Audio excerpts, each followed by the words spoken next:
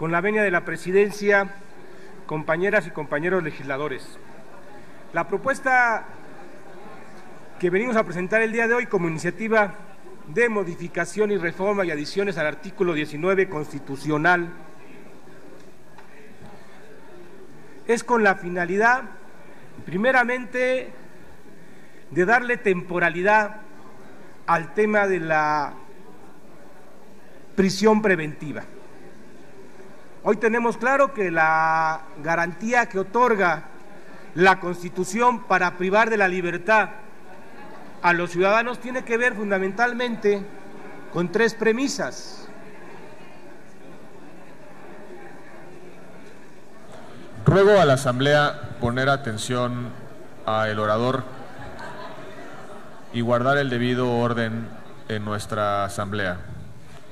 Hago ese exhorto respetuoso a los compañeros legisladores. Por favor, mantengamos el orden en la Asamblea mientras están presentando las iniciativas. Continúe el diputado orador.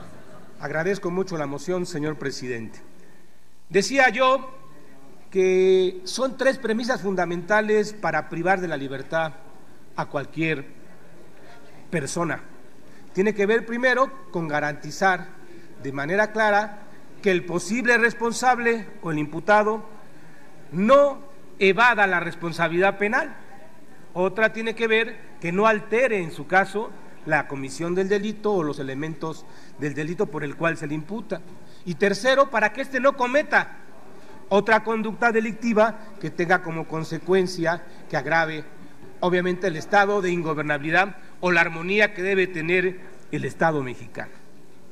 Pero lo cierto es que cuando la prisión preventiva se alarga de manera excesiva, pues lo único que se logra es generar diferentes problemáticas al interior de la propia prevención preventiva, porque resulta que ya no es como una presunción de inocencia, sino podría ser una presunción de culpabilidad, dado que mientras más se alargue la cárcel para las personas, pues más obligado está el juez en su momento a dictar una sentencia condenatoria y no absolutoria. Pero además mezclas a los procesados con los condenados, cuestión que esta dista mucho de ser adecuada.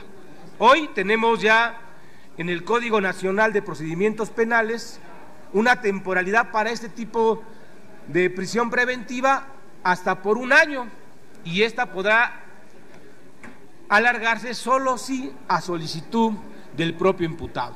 Pero lo cierto es que ya en la propuesta de miscelánea que está ahora a discusión, que va a estar ahora a discusión en el Senado, se habla de 2 años de prisión preventiva.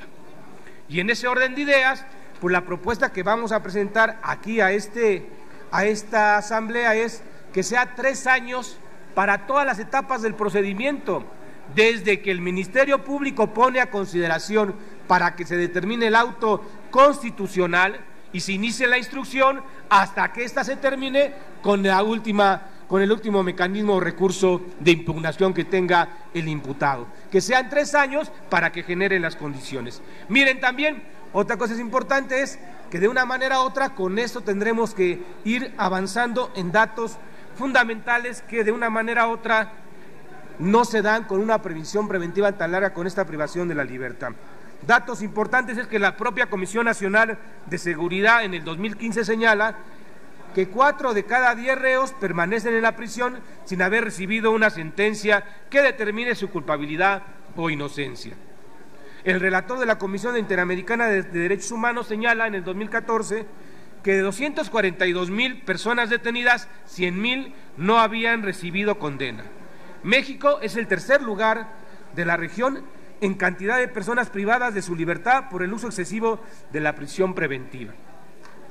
Informes sobre el uso de la prisión preventiva en las Américas de la Comisión Interamericana de Derechos Humanos de 2013 señalan que el hacinamiento promedio es del 26% en las cárceles mexicanas, y resulta que de 2009 a 2013 hubo más de 1,000 fugas de internos, alrededor de 700 muertos.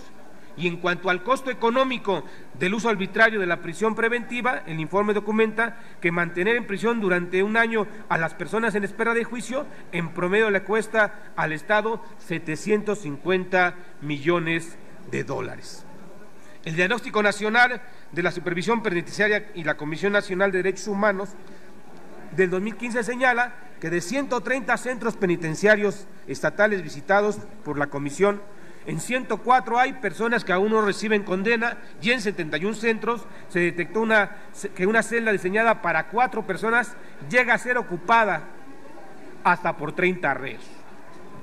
Por todas estas consideraciones, compañeros, la propuesta que se presenta ante ustedes es la siguiente.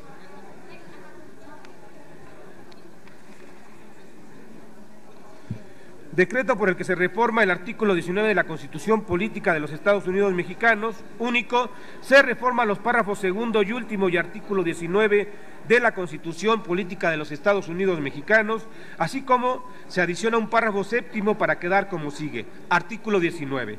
El Ministerio Público únicamente podrá solicitar al juez la prisión preventiva cuando otras medidas cautelares no sean suficientes para garantizar la comparecencia del imputado en el juicio, la protección de la víctima o de los testigos, así como cuando el imputado haya sido sentenciado previamente por la comisión de un delito doloso.